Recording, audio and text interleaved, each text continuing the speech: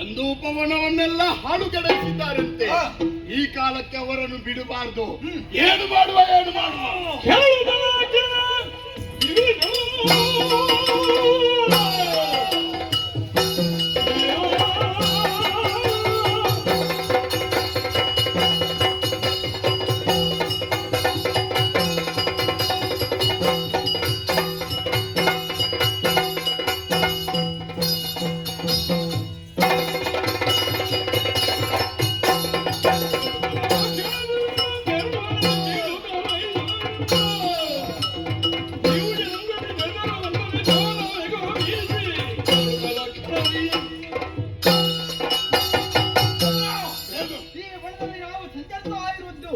ಜೀವನವನ್ನು ಸಾಗಿಸ್ತಾ ಇದ್ದವರು ಅಂತ ವನವನ್ನೇ ಕೆಡೋದಕ್ಕಾಗಿ ಒಬ್ಬ ಮಾನವನ ಮುಂದಾಗ್ತಾನೆ. ಆದರೆ ಆತನ ಪ್ರಶ್ನಿಸಬೇಕಾದ ನಮ್ಮ ಕರ್ತವ್ಯ.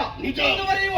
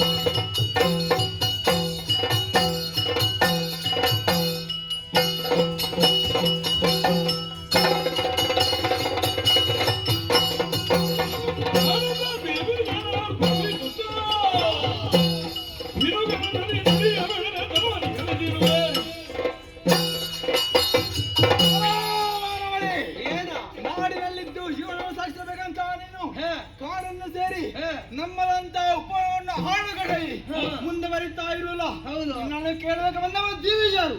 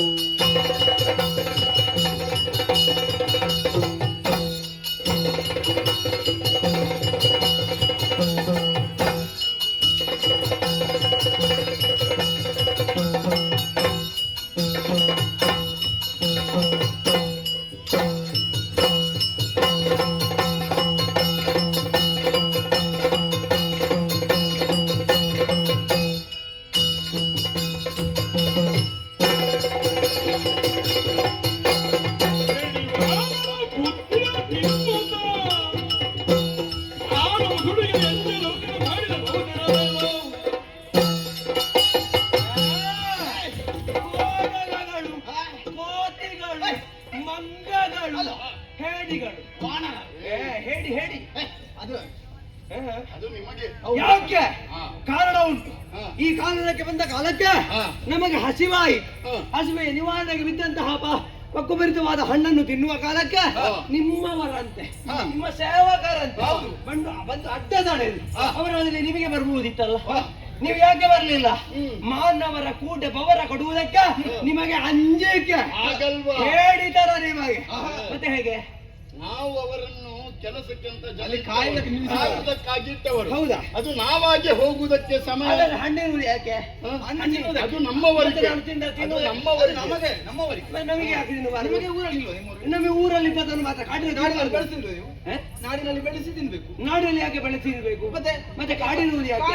ನಮಗೆ ನಮ್ಮ ವಾಸಸ್ಥಳದು. ಈ ಪ್ರಪಂಚದಲ್ಲಿ ಈ ಭೂಮಿಯಲ್ಲಿ ಮಾನವರಾದವರಿಗೆ ಎಲ್ಲಿಯೂ ಬದುಕುವ ಹಕ್ಕಿದೆ. ಅದನ್ನು ಕೇಳುವ ನೈತಿಕ ಹೊಣ ನಿಮಗಿಲ್ಲ. ಆದ್ದರಿಂದ ಹೇಳ್ತಾ ಇದ್ದಾರೆ, ಮಾಡಿದ್ದ ಅಪರಾಧವಾಯಿತು ಕ್ಷಮೆ ಕೇಳ.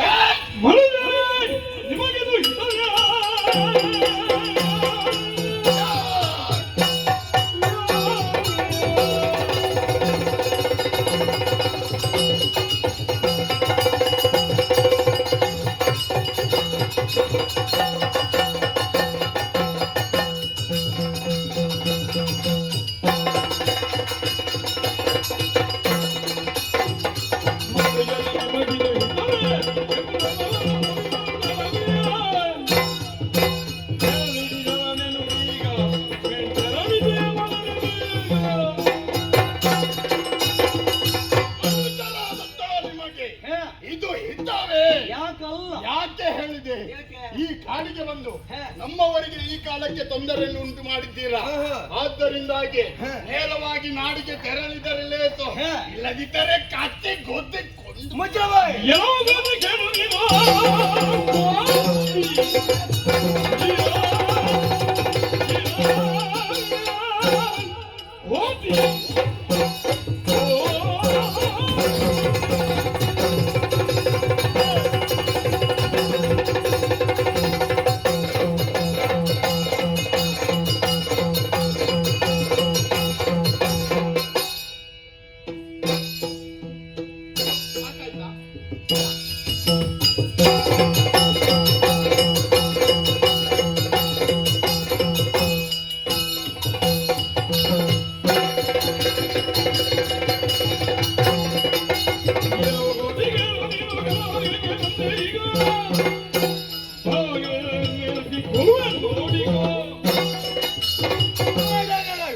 ಕಾಡಿನಲ್ಲಿ ನಿಮಗೆ ಬೇಕಾದಾಗಿರಬಹುದೆನ್ನುವುದಾಗಿ ಭಾವಿಸಿರಬಹುದು.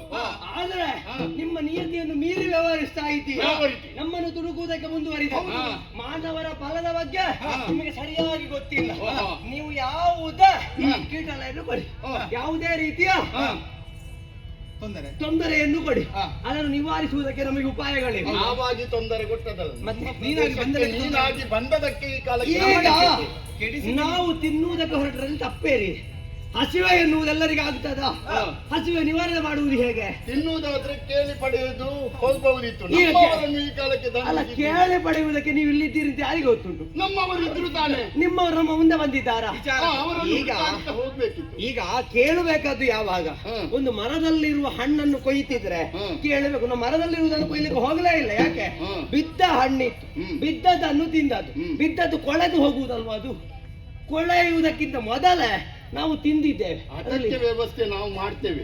ಆ ವಿಚಾರ ಅದು ಕೊಳಿತದೆ ತಿಂದದ್ದಲ್ಲ, ಹಸಿವೆಯರಿವರೆಗೆ ಅದನ್ನು ತಿಂದದ್ದು.